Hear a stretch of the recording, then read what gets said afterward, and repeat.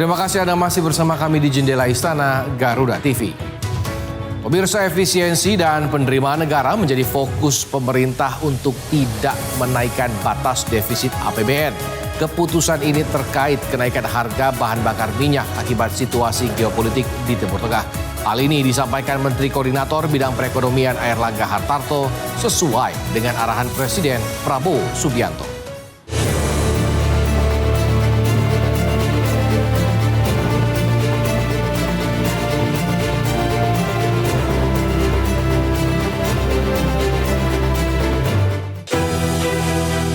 Sebagai negara yang masih bergantung pada impor minyak, Indonesia ikut terdampak secara langsung ketika harga minyak dunia naik. Biaya impor energi menjadi lebih mahal sehingga pemerintah menghadapi tekanan besar untuk menyesuaikan harga BBM di dalam negeri. Jika harga tidak disesuaikan, beban subsidi negara akan meningkat tajam dan dapat mengganggu stabilitas anggaran. Menteri Koordinator Bidang Perekonomian Airlangga Hartarto mengatakan pemerintah tidak ingin mengubah batas defisit anggaran pendapatan dan belanja negara atau APBN. Hal ini terkait oleh kenaikan harga minyak global akibat memanasnya situasi geopolitik di Timur Tengah. Tadi dilaporkan dalam rapat dengan Bapak Presiden, arahan Bapak Presiden yang pertama tentu yang terkait dengan kita menjaga APBN agar defisit tetap di bawah 3% dan sesuai dengan arahan pada saat sidang Kabinet Paripurna dan sudah dirapatkan dengan Kementerian Teknis, itu dilakukan efisiensi dari berbagai KL. Dan dengan efisiensi berbagai KL itu defisit 3% bisa dijaga. Pemerintah akan menjaga defisit APBN melalui efisiensi belanja operasional serta peningkatan penerimaan negara. Dengan upaya ini, pemerintah menargetkan defisit tetap berada di bawah 3% dari produk domestik bruto atau PDB sesuai amanat Undang-Undang Nomor 17 Tahun 2023 tentang Keuangan Negara. Dari sisi belanja, pemerintah akan melakukan efisiensi di berbagai kementerian dan lembaga. Upaya ini sebelumnya telah dibahas bersama instansi terkait. Kemudian yang kedua, itu yang terkait dengan kenaikan harga BBM dan juga ikutannya terhadap harga-harga komoditas. Maka tadi Bapak Presiden juga meminta agar volume daripada produksi batu bara bisa ditingkatkan. Artinya akan ada perbaikan terkait dengan RKAB. Pemerintah juga telah menyiapkan langkah untuk mengantisipasi terkait kenaikan harga bahan bakar minyak atau BBM dan komoditas lainnya. Salah satu upaya yang akan diterapkan pemerintah adalah meningkatkan volume produksi batu bara.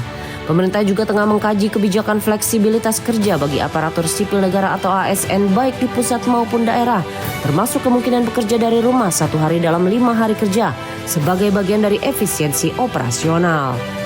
Pemerintah juga membuka peluang kebijakan serupa bagi pekerja sektor swasta. Kemudian juga berikut untuk terkait dengan adanya tambahan daripada harga, maka terhadap batu bara juga akan dihitung terkait dengan pajak ekspor. Sehingga nanti batu bara bisa besarnya nanti dikaji oleh tim, di mana nanti harapannya pendapatan pemerintah juga naik dengan adanya windfall profit, itu juga akan ada pendapatan pemerintah yang ikut meningkat. Dari sisi penerimaan, Airlangga menyebut Presiden Prabowo menginstruksikan untuk mengoptimalkan penerimaan negara dari komoditas batu bara. Hal ini dilakukan dalam memanfaatkan kenaikan harga batu bara yang terus merangkak naik menyusul disrupsi distribusi minyak mentah dan gas alam cair atau LNG akibat ketegangan di Timur Tengah.